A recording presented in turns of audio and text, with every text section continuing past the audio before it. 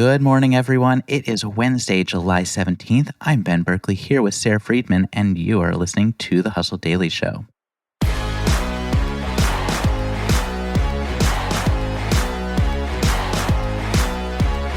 Today, we're going to dive into a very fun survey of thousands of Gen Zers. It is from the National Society of High School Scholars, and among other gems, it identifies the 100 companies students most want to work for in the future. True to form for Gen Z, though, you'd really not be able to predict what they're into right now. Let's just say that working at Dow Chemical sounds more like a dream job than working at Facebook. So that's fun. We'll get into that far more in just a bit. But first, let's give you the hits and headlines in business and tech. Amazon's Prime Day sales could break records this year. An Adobe forecast predicted $7.1 billion in spending yesterday, which would be an increase of 11.3% from last year's promotion. Sara, are you in on the capitalistic feeding frenzy that is Prime Day? I am, because I am one of the lucky ones who moved right at the right time to take advantage of Prime Day and use it for what it's really good for, which is getting a new TV and other electronics. Oh. I'm lucky this year. I'm going all in. I mean, you moved just this past weekend. Did you time this intentionally? Yeah, just scheduling my whole life around Prime Day, honestly. Wow. Okay. Well, let's move on to Hollywood. PwC predicts that box office revenues may actually top pre-COVID levels, but not until 2026. And that'll be driven by a larger budget slate, which then will result in more ticket sales and ad spend. That was actually predicted for next year originally, but strikes have a way of pushing some things back. So we'll look forward to a really, really scintillating summer blockbuster slate in 2026. Let's move on to Philip Morris International, which produces Zyn, the nicotine pouches that are all the rage. The tobacco company will invest $600 million over 2 years into a new manufacturing facility in Colorado that is meant to keep up with an 80% jump in Q1 sales. I just don't think I realized how big Zyn is, but Sara, it seems like it just keeps getting bigger. I honestly only realized that just based on the garbage that I see on the street, which is the indication of when a brand is taking off. And unfortunately, it is littering the streets of Boston and New York and many other cities. I see it everywhere. So maybe they could invest in some recycling protocol. But yes, it definitely, from where I stand, is looking like it's growing rapidly. Yeah, well, we're going to see a lot more just to kind of show you where this is going. The company shipped 385 million cans last year. They're looking at 520 million this year. And then once this facility is up and running, they'll have the capacity for 2.5 billion cans that they'll ship. And I mean, it just feels like tobacco companies will kind of be there with cockroaches at the end of time. They always find a way to reinvent and get their stuff back out there. I guess good for the economy of Aurora, Colorado, where this facility will be. Let's talk about another company that will never leave the headlines, apparently. That's NVIDIA. Specifically, how much of the world they're going to run in the next decade. So James Anderson, who's a prominent tech investor who's known for really being right in a big way in the past. He held early positions on both Amazon and Tesla. He's about as bullish on the chip maker as one can go. He believes a company which is worth about $3 trillion right now could be worth $50 trillion in a decade. Sounds like it might be a little hyperbolic. I don't know. What do you think, Sara? Yes, possibly a little hyperbolic, considering that would exceed the combined value of the entire S&P 500 today, which is $45.8 trillion.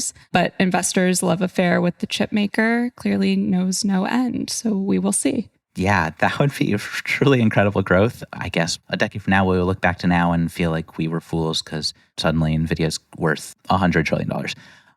But I guess if James Anderson can be super hyperbolic, I can do it too. This may be the biggest retail story of all time.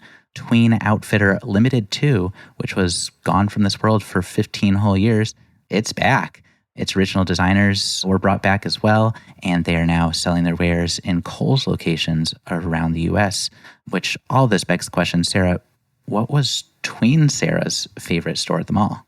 Yeah, so this is big news because it was limited too. Wow. I think any girl who came of age in the early 90s feels the same way. I was, you know, a big fan of the zip off cargo pants. They could be shorts, capris, or pants. So I will be wearing those if they're made in adult sizes with the comeback of the brand at our next team event.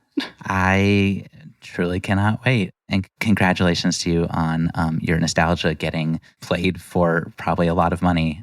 This is obviously meant to drive millennial women into Kohl's, and honestly, it'll probably work. It is actually really good that we're now in touch with the tween versions of ourselves, because we are headed straight into the minds of America's teenagers today in our top story.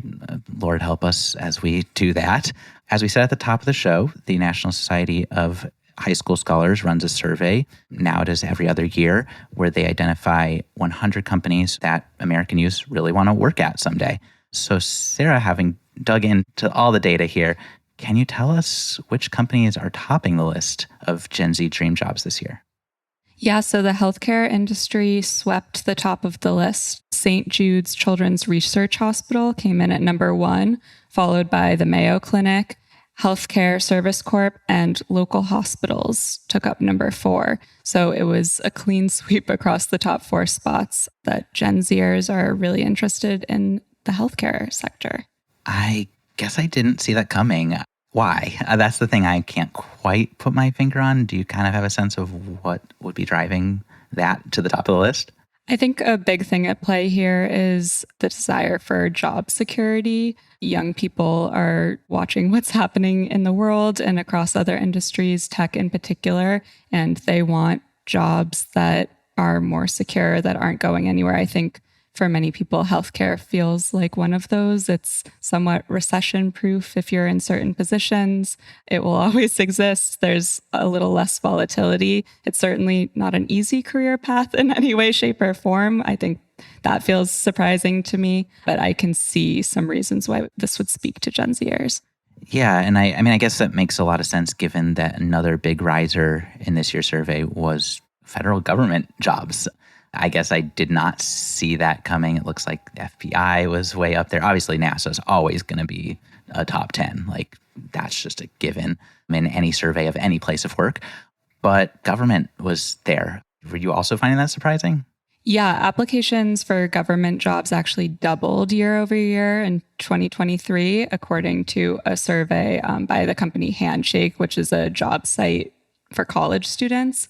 I mean, what could be less glamorous than the federal government? It isn't something that you would think would be, capturing the aspirations of today's teenagers. But again, I think that people are getting a little more creative. They have different priorities. And I think possibly even better work-life balance. We've, written about that in the past with Gen Z. I think people want a reliable, steady paycheck with a career that has somewhat less volatility and will hopefully maybe allow them to live their lives outside of the office as well. So I can see an argument for this industry. Yeah, and I mean, I guess when I was that age, I was not aware of pensions. I mean, maybe I knew it existed, but didn't realize how rare or nice of a thing that would be. And I would imagine that also just really factors in. It's one of the few places you can also imagine yourself retiring someday. So if that's a priority, I suppose government work, not a bad way to go. Noticeably in all of this, there's this certain industry that just seems to be missing from the conversation, big tech. What's going on there? It seems like they really dropped off this year. Yeah, big tech took a big dip. Google was ranked as the number 1 dream employer back in 2017. And in 2024, it dropped to number 7. And Amazon and Apple also sank by 4 and 3 spots, respectively. So those big, shiny tech companies that everyone knows and loves actually didn't perform as well and saw noticeable drops in the survey this year. Yeah, and I mean, I think we also mentioned at the top, Facebook is down in the 90s now, almost off the list. So, mix in just that sense of stability not being there.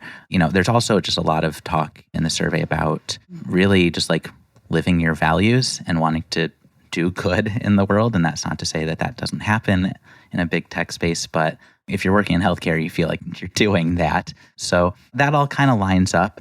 There are a lot of really interesting things kind of buried even deeper into this report.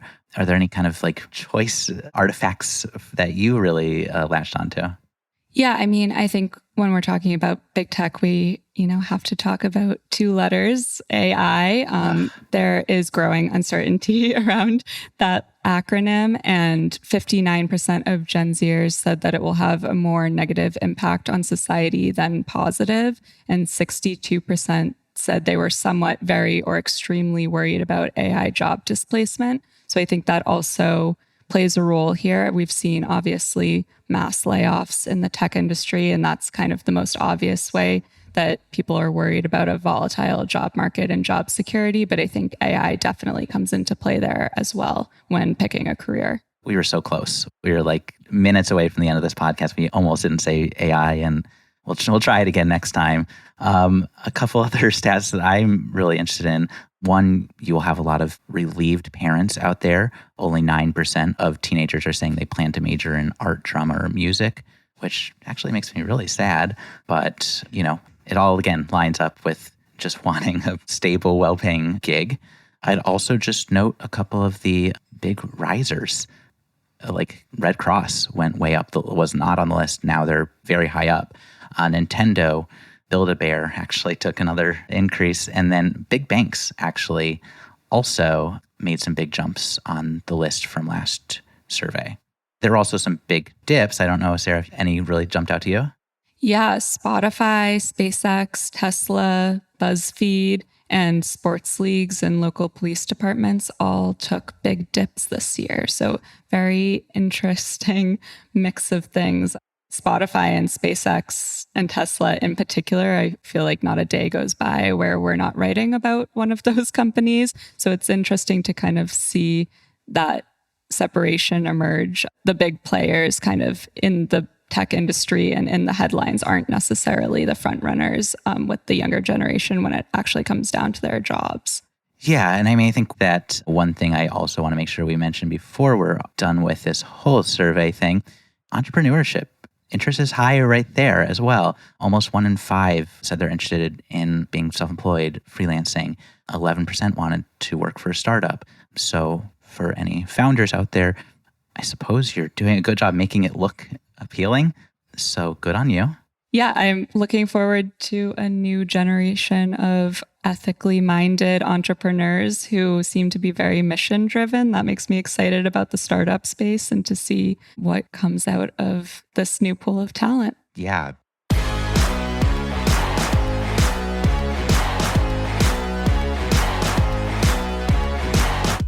That's going to do it for us. Thank you, everyone, for tuning into the Hustle Daily Show. We are a proud part of the HubSpot Podcast Network. Our editor today is Robert Hartwig, and our executive producer is Darren Clark.